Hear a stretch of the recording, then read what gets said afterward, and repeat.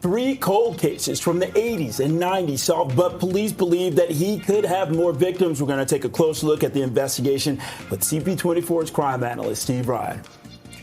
A child hit and killed by a city bus in Hamilton. We will get an update from police coming up. Well, more problems for the Finch West. This time, service was interrupted twice this morning. Reaction from riders and critics this hour. This is Live at 5.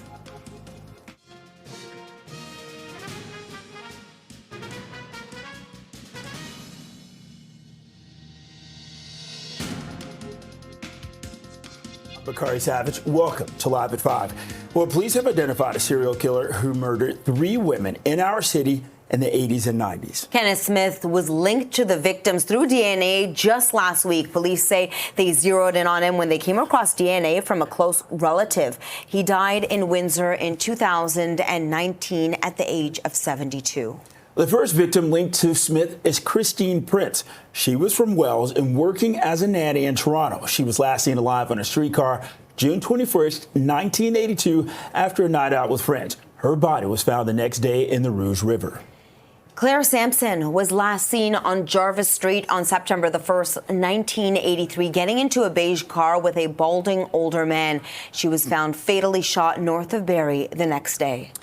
And 14 years later, 41-year-old Gracelyn Greenidge was found dead in an apartment on Driftwood Avenue, July 29th, 1997. She was last seen leaving work the previous night.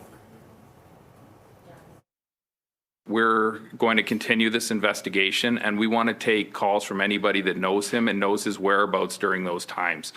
So anything that we can gather, anything that we can put together, anything that we can find out where he was, we can look for unsolved cases in those territories and see what we can do with that. Investigators aren't ruling out the possibility that other women were killed by Kenneth Smith. CP24's crime analyst Steve Ryan is at Toronto Police Headquarters and joins us live with a closer look at this investigation. Steve, when was the DNA found, and what changed that to lead the investigators to be able to identify Kenneth Smith? Arno, this goes to the importance of the collection of evidence, the preservation of the evidence, and making sure that that evidence is not cross-contaminated. So the evidence would have been collected in 82, in 83, and in 1997. Now, as the advancements in forensic analysis progressed, well, that evidence would have been submitted to be reanalyzed by the scientists at the Center for Forensic Sciences, who I might add do tremendous work in doing this type of investigating.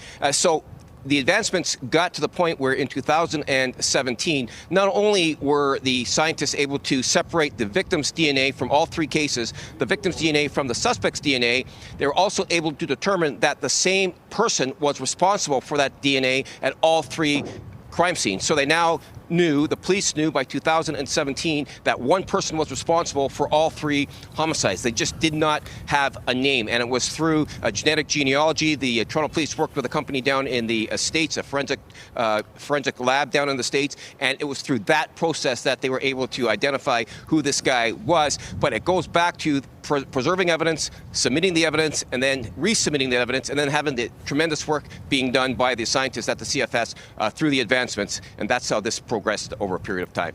Okay, Steve, you've had a lot of experience in cold cases. How important for the families is this information, especially speaking of the timing?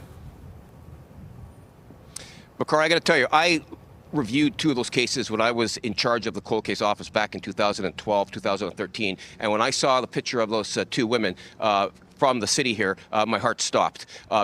Because as an investigator, what you want to do is be able to tell those families that you found, or you believe you found, the person who was responsible for the death of their loved one. So what this does, again, tremendous work by the Toronto Police and the OPP, it certainly sends a message to all those families who are waiting for that call that you never give up hope. There's always a chance. There's always an opportunity. There's always a time when the police might call you and say that they found the person who they believe killed your loved one. And again, it goes through the advancements in technology. It's advancing almost by the month.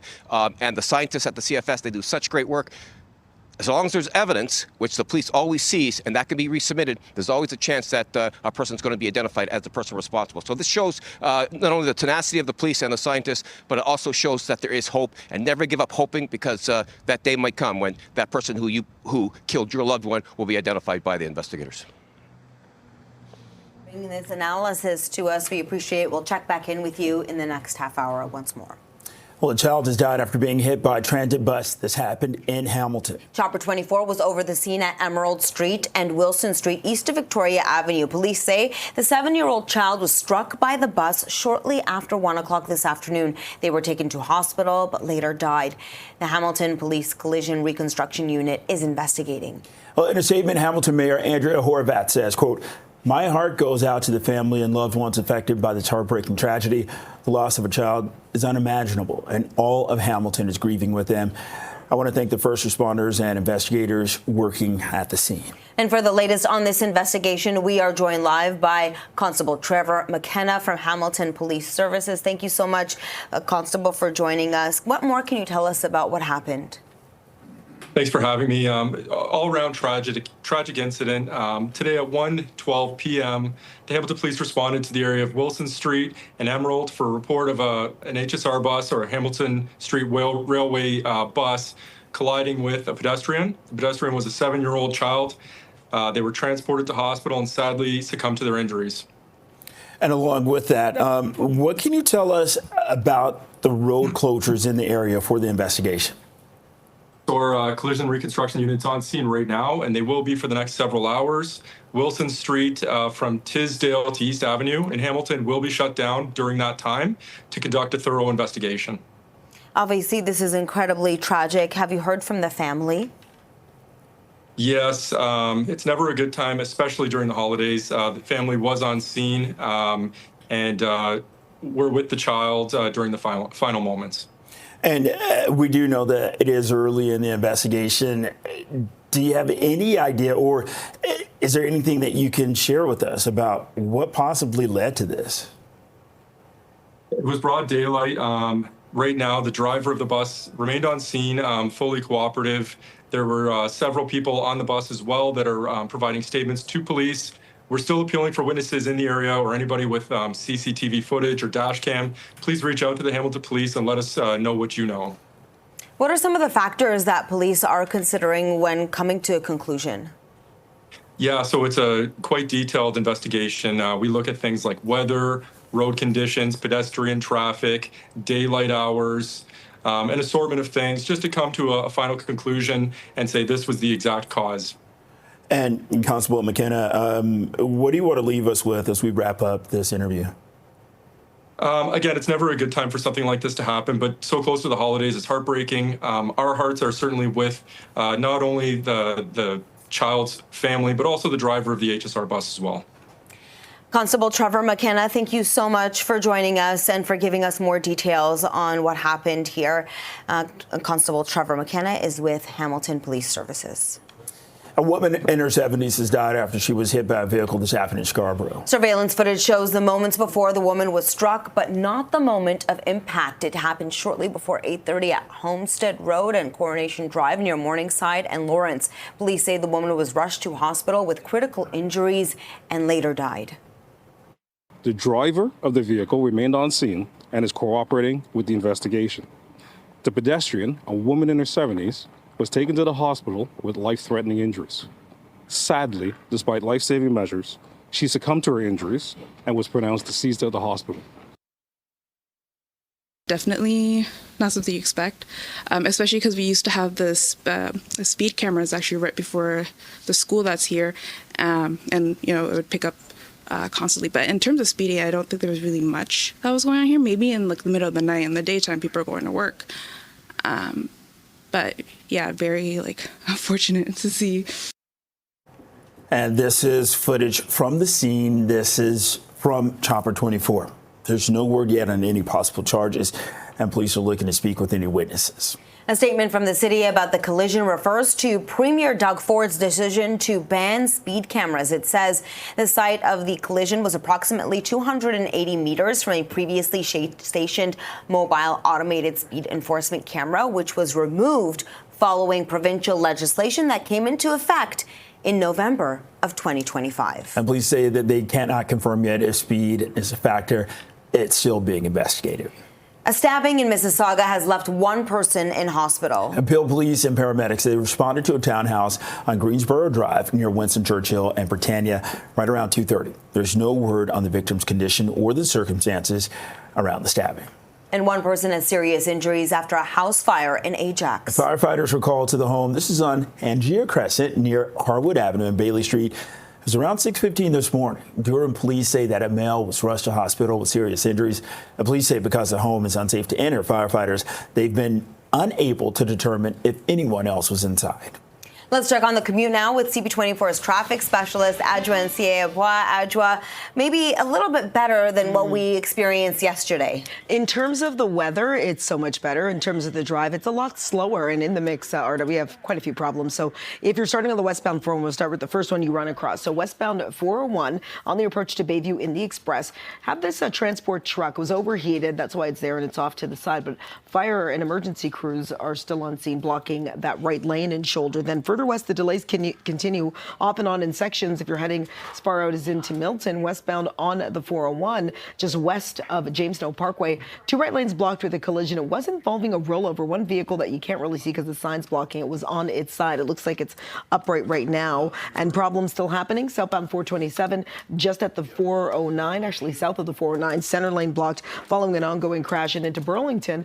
Westbound on the 403, this is west of King Road. Crews trying to clear a collision that does have the left lane occupied. A reminder, we're still dealing with that burst water main in Brampton, impacting the area of Queen and Central Parkway. This CP24 traffic report is brought to you by 407 ETR. Enjoy the journey with a stress-free commute. It's 5:11, 7 below zero. This is Live at 5. Our problems continue on the new Finch West LRT. Signal issues led to the suspension of service twice this morning. Here's a live look of the station right now. We'll have a check on the evening commute coming up.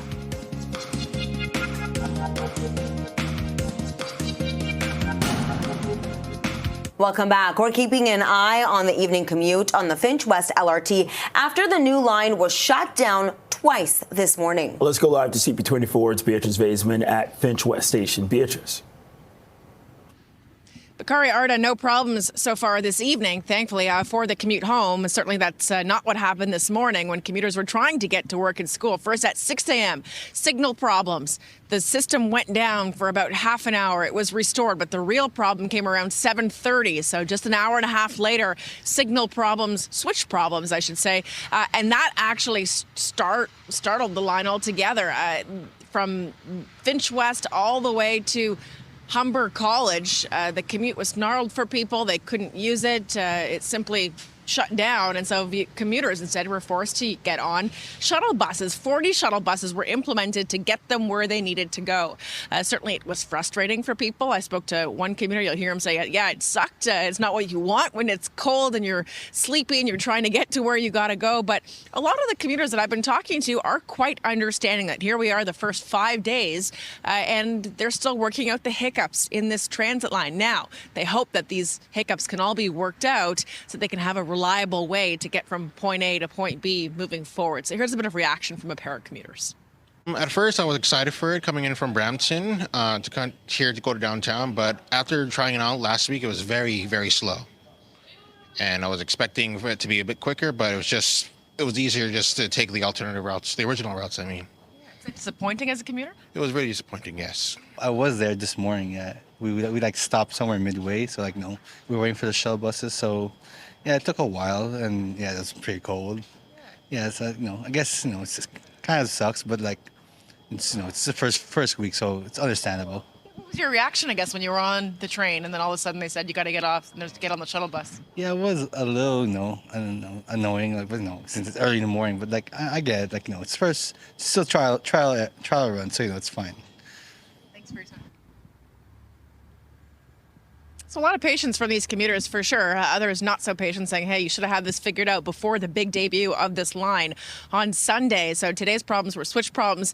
We talked about yesterday the fact that it's supposed to be light rapid transit. It's not so rapid. It's a lot slower than what commuters were promised that it would be in terms of time of their commute from end to end. So still a lot of things that the TTC Metro links the city have to get worked out to make sure that this new line, Line 6, the first new transit line we've had in many, many years, can actually, be a reliable source of transit for thousands of people here in the northwest corner of our city. Back to you guys. Thank you so much for this, Beatrice. The recent woes with the Finch West LRT and the ongoing delays with the Eglinton Crosstown have the Ontario New Democrats repeating their calls for a public inquiry into Metrolinx. They're not being transparent. They're not being open.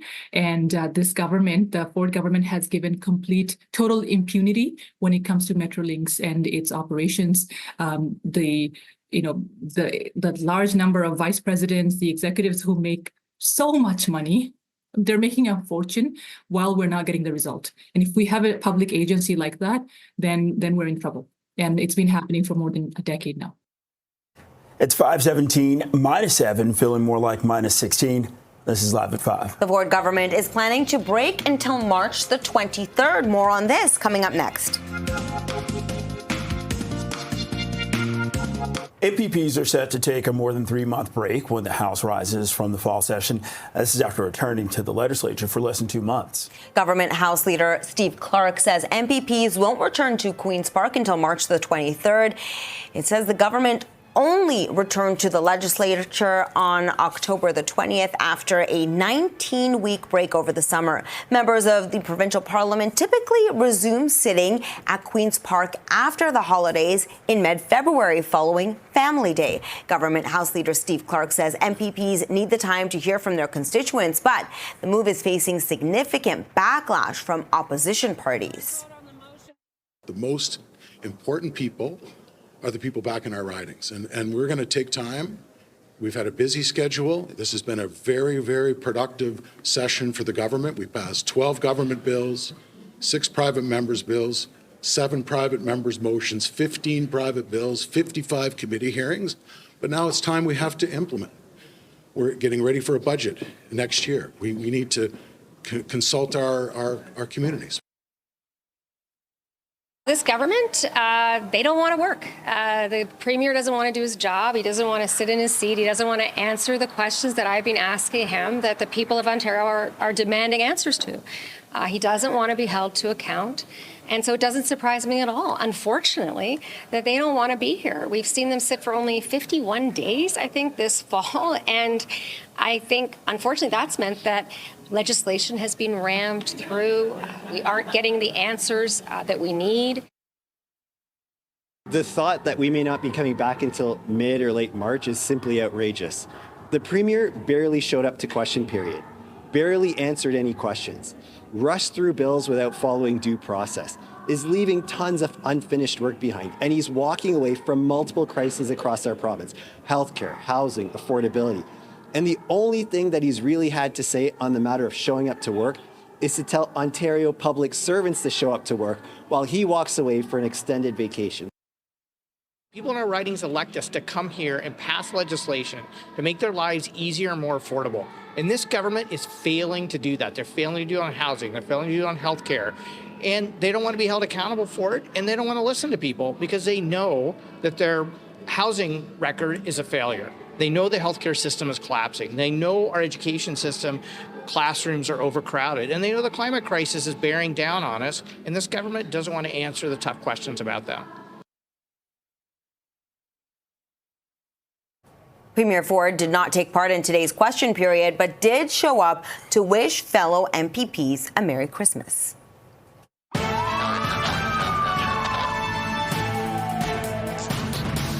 And we have breaking news from Mississauga. This is where Peel police say a suspect is dead after an officer-involved shooting. Police and paramedics initially responded for a stabbing at a townhouse on Greensboro Drive near Winston Churchill and Britannia around 2:30. One person was taken to hospital with undisclosed injuries.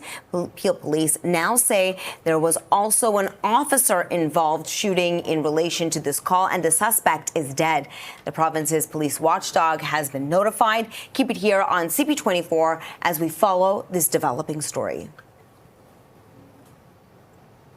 All right, Toronto Tempo season tickets, they've sold out. This is 5 months before the inaugural WNBA season gets underway. Not too shabby. The team announced the news today saying that those who put down a deposit but didn't manage to secure tickets or seats will have some ticket options that will be announced in the new year. Toronto was awarded the basketball franchise in 2024 and will officially join the WNBA in May of 2026, led by head coach Sandy Brondello. Well, a couple of Toronto Zoo residents named after the Blue Jays had a special visitor today. Blue Jays mascot Ace was out. Also, Carlton was there, was at the zoo to meet Blue and Jay, a pair of shaggy Highland cows named after the American League champions. The cows are part of the zoo's Wild Encounters program that allows visitors to get up close to the animals. You're able to come into an behind-the-scenes area, and the cows have the choice to come up. They'll be fed so that they're coming up to meet you, and you can brush them and touch them and learn more about them from one of their keepers. Tickets for the Wild Encounter program, they're available on the Toronto Zoo website. The Leafs continue their homestand tonight against the Sharks. Open ice on the left wing for Tavares. Dropping for Cowan. In front for Riley. Scores! Yeah, Toronto's coming off a 2-0 win. This was Monday against the Lightning. The team has picked up at least a point in 6 of the last 7 games. Puck drop tonight, set for 7. Time magazine has chosen a group of tech pioneers as its Person of the Year. The architects of AI, they're gracing the magazine's cover. This is after being named the most influential figures of 2025. The group features Elon Musk, Mark Zuckerberg, and NVIDIA boss Jensen Huang, and the godmother of artificial intelligence. Their selection aims to highlight how quickly AI and the companies driving it are reshaping society. Apple has unveiled its most popular apps and games of the year in Canada. ChatGPT gained top honors for the best free iPhone app. It was followed by Temu, Threads, Google, and TikTok. The top paid app, it was the Shadow Rocket VPN, and the top paid game was Minecraft. Block Blast was the most popular free game. It's now 5:27 and -7, feeling like -16. This is Live at 5. And we have breaking news from Mississauga. Peel police say a suspect is dead after an officer-involved shooting.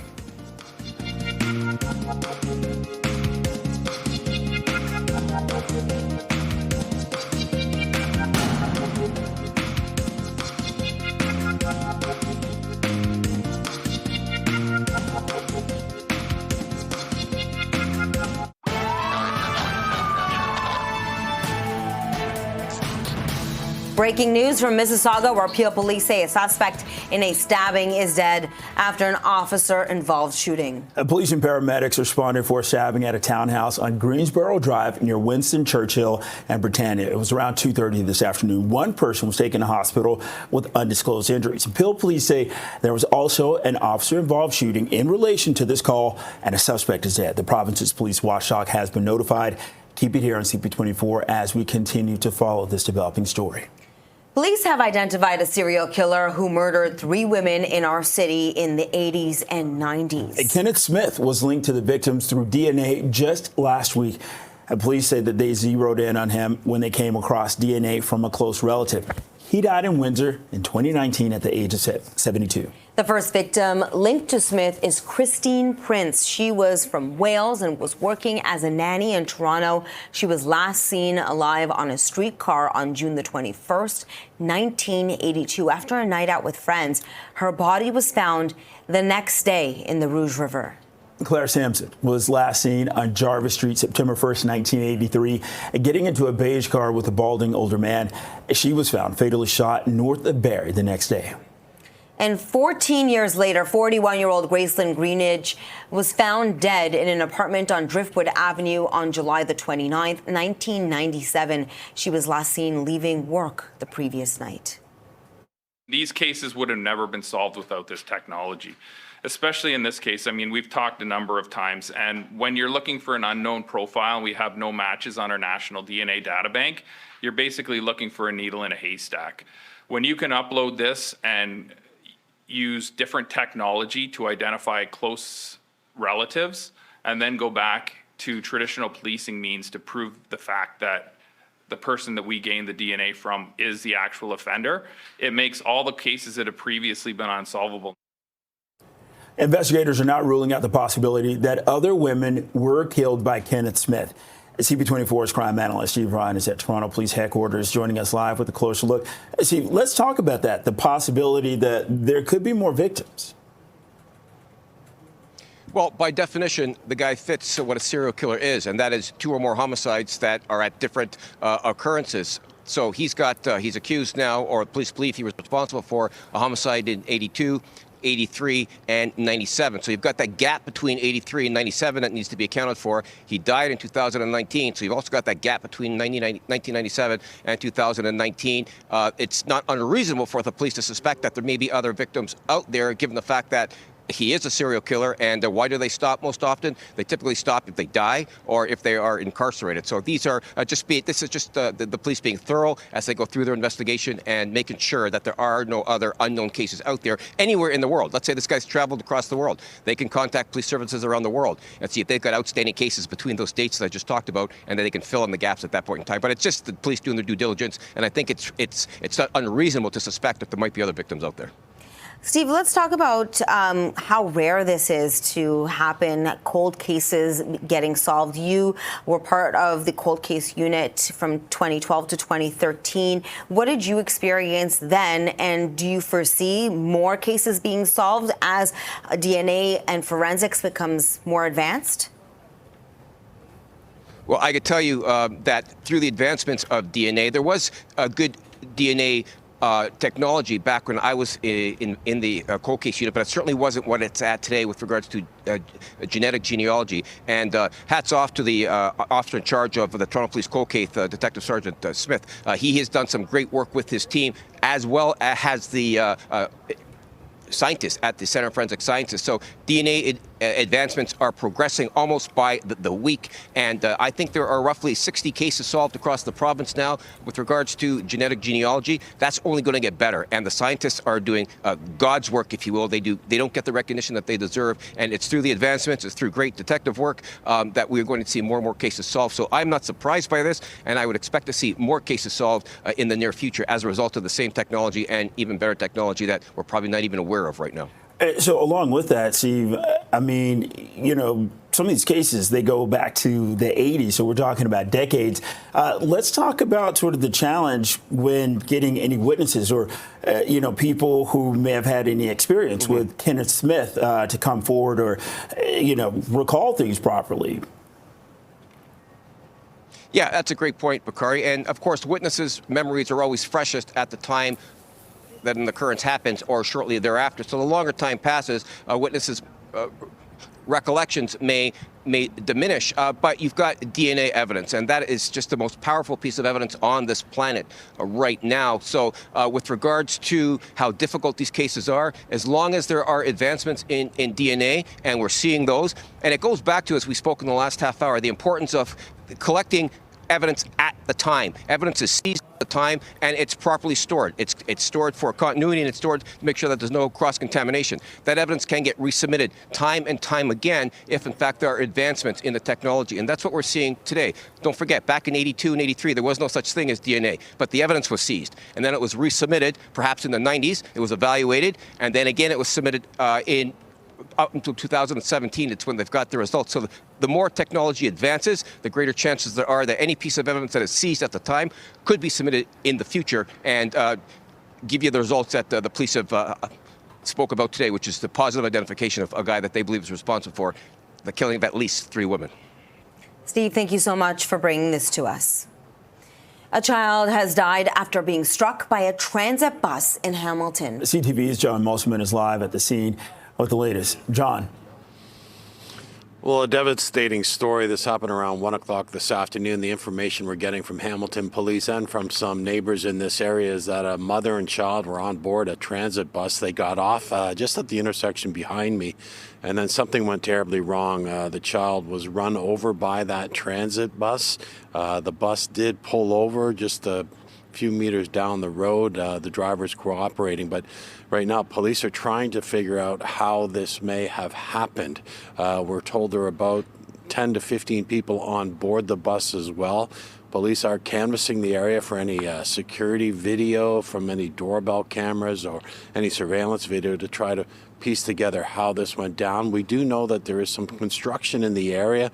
We don't know yet if that was a factor in this at all. The mayor of Hamilton, she did release a statement this afternoon saying this was a very tragic incident, and she's offering her sympathy to the family.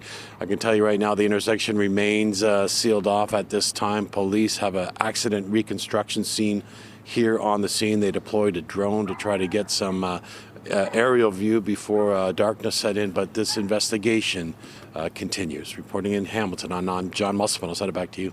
John, thank you so much for bringing this to us. Let's check on the commute now with CP24's traffic specialist, Adjoa and CA Abois.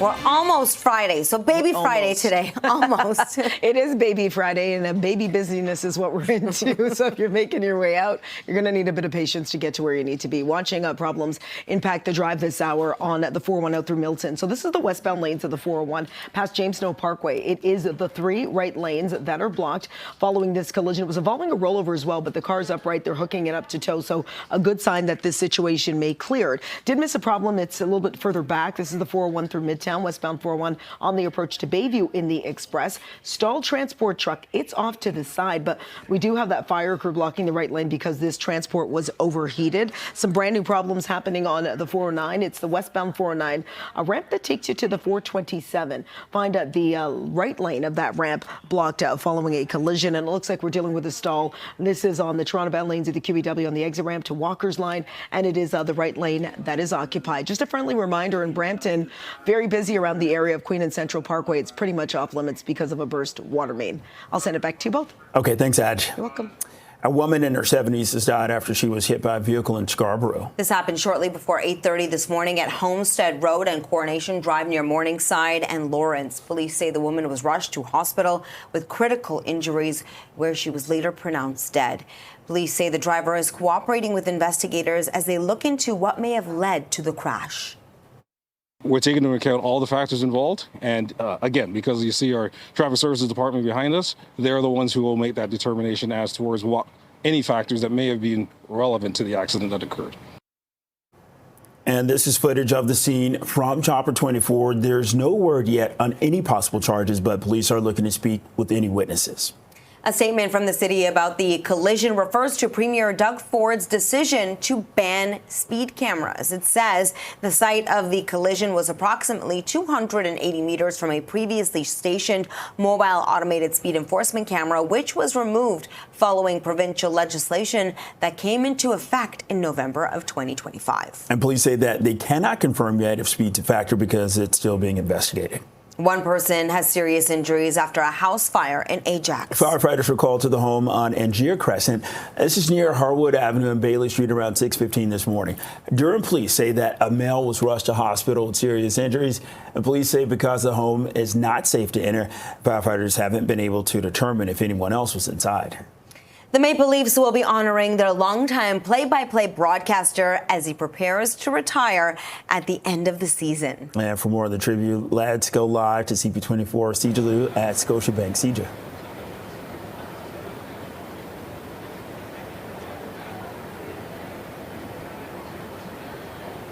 Yes, December 16th. That is going to be Holy Mackinac Night, where they remember the man behind that famous call, the voice for generations, Joe Bowen, celebrating an amazing 44-year career, calling over 3,000 games. And he's handing up the microphone after this season, but not before one more unforgettable night. And I have the man himself with me this hour, Joe Bowen, the voice of the Maple Leafs. Joe, how does it feel to know you're handing up the microphone after 44 years with that unforgettable night coming up on December 16th? Well, it's the night's going to be very special. It's I can't thank the people from the Leafs and Maple Leaf Sports and Entertainment for all the work they've done in putting this together for myself and my family. But we still got some work to do afterwards. We got to get this team into the playoffs and then have a real good playoff run and maybe a parade. Wouldn't that be the best send-off, a parade? Oh, absolutely. Not for me, although I would relish in it and enjoy it, but it's for the guys that are pulling these jerseys on night in and night out, and for the Leaf fans that have, long suffering, yeah, but, they're there with them, and it would be just a ridiculous reaction to what would go on in this province, I think, if they did it. And how would you describe the connection that you've built with the fans, the players, the people, your listeners over the last 4 decades? This day and my decision to retire has kind of brought about an awful lot of interaction with them.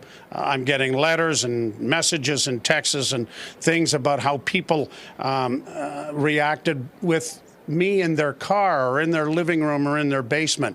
And some of the players even here are saying, I was in the car when Dad was driving us home from tournaments and practices and everything else, and it was you that kind of fostered the real dream of me playing in this league, and that means a great deal. We kind of look at ourselves as just a couple of guys, Ralphie and I, sitting here, almost sitting at a bar, if you will, watching a game and trying to get the score right and having some fun. It really doesn't seem to be a job as much as just having a good old time watching a hockey game.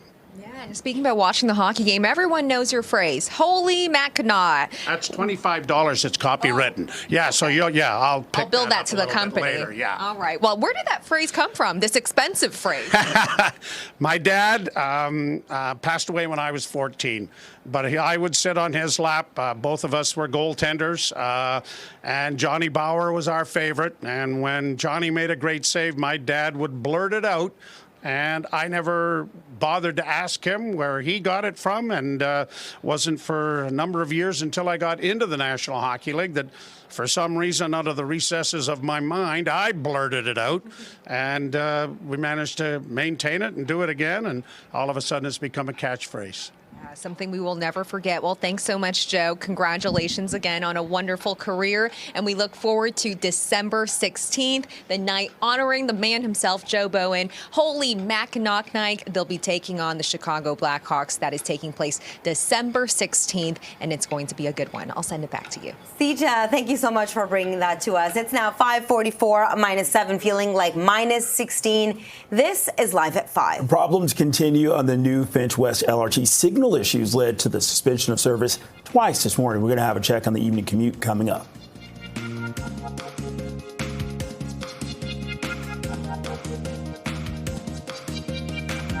We're keeping an eye on the evening commute on the Finch West LRT. This is after the new line was shut down twice this morning. Let's go live to CP24's Beatrice Vaisman at Finch West Station. Arda Bakari, it's freezing cold right now. Not optimal conditions for commuters if they have to, get back on a bus or wait outside for a shuttle bus to come and pick them up. Why? Because they were expecting at least a more comfortable commute along this, bright, shiny new transit line, the first new transit line the city of Toronto has had in many, many years. And so that was not the case first thing this morning. I spoke with one gentleman who was on the train this morning. He was actually kind of midway, he told me, between his commute when all of a sudden he had to get off, wait for the shuttle buses to come and pick him up. And he just simply called it annoying. annoying, frustrating. Although he was quite understanding of the fact that here we are just on day 5 since this line opened. It opened, by the way, on Sunday. But this morning it was a bit of a wrench in commuters' plans. First at 6:30, there were switch problems. It was restored about half an hour later. Not a huge disruption, but the big one came at 7:30, and it was out for almost an hour or so. Some 40 shuttle buses were activated to help bolster the line and help bolster the commute for all the people who rely on the new Finch West LRT to get from point A to point B. And it actually impacted the entire line from Finch West Station all the way to Humber College. So not a great morning commute for people this morning, although the afternoon commute has certainly been a whole lot smoother. And so here's a bit of what I heard from a pair of commuters here this afternoon. It's okay. Like, I mean, it's not fast, not slow, but like just okay. But it's not better than your previous commute. Well, I don't know. I prefer, like, I think the bus was a little bit faster than usual, but I guess the train's like more, I guess, convenient because like it's less stops than the bus. I was expecting, this to already be planned and they have like alternative issues for it. But for them to not be prepared for it, I was very disappointed. And there is not a single city planner, official, anyone who works for TTC or Metrolinx is going to be happy to hear commuters say, yeah, it was better taking the bus before the Finch West LRT came on service. And we've heard that from a few different commuters through the day, that their bus commute was more reliable, that sometimes it was quicker because these trains not moving as quickly as they were promised to commuters they would be. Commuters were actually promised 33 minutes from start to end on this line. They reported the last couple of days 53 minutes, so significantly slower than what they were expecting. Many of them are hopeful, though, that the city can get this all figured out in time for the hard launch of this line, which is actually going to come in the spring. But in the meantime, a bit of travel headaches for commuters here in the northwest corner of the city, guys.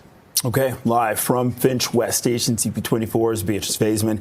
It's 5:49, -7, feeling more like -16. This is Live at 5. The House of Commons is rising for winter break, even though the budget and crime bills have yet to become law.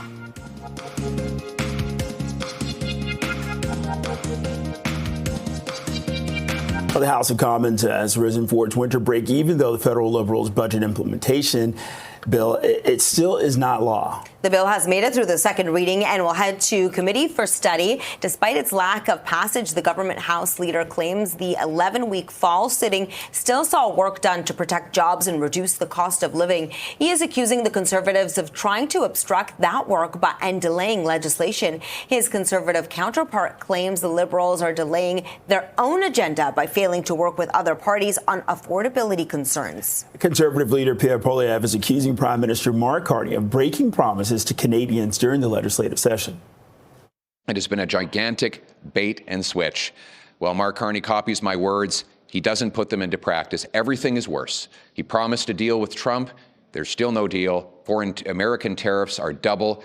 He's not reduced a single foreign tariff on Canada since taking office, promising to be a massive deal maker.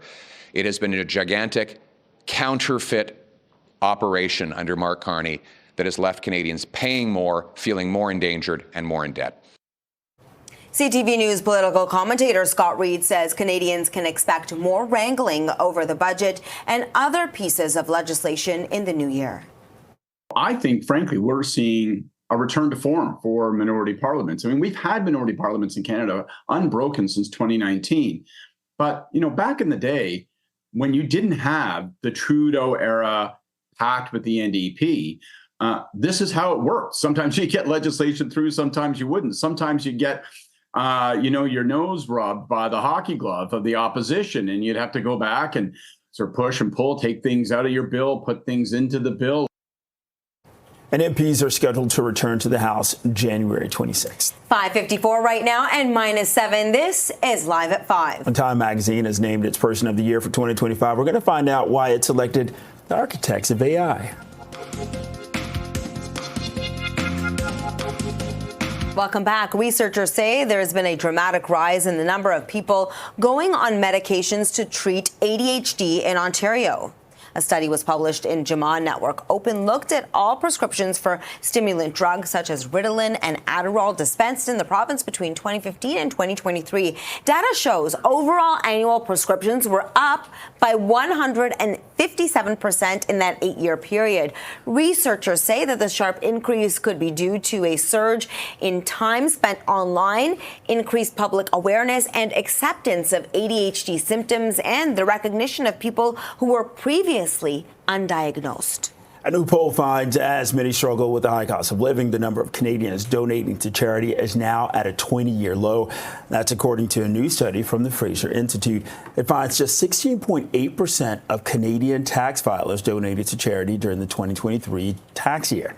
Well, nationally, the total amount of donations has also fallen to 0.52% of income. Ontario represents the second highest percentage of Canadians who donated to charity at 17.2% of taxpayers. Manitoba came in first with 18.7%. Time magazine has chosen a group of tech pioneers as its Person of the Year. The architects of AI are gracing the magazine's cover after being named the most influential figures of 2025. The group features Elon Musk, Mark Zuckerberg, NVIDIA boss Jensen Huang, and the godmother of artificial intelligence, Fei Li. Their selection aims to highlight how quickly AI and the companies driving it are reshaping society. It's 5:59, 7 below zero, feeling more like 16 below. This is Toronto's breaking news, CP24. And we are following breaking news from Mississauga, where Peel police say a suspect in a stabbing is dead after an officer-involved shooting. CTV News at 6 is next.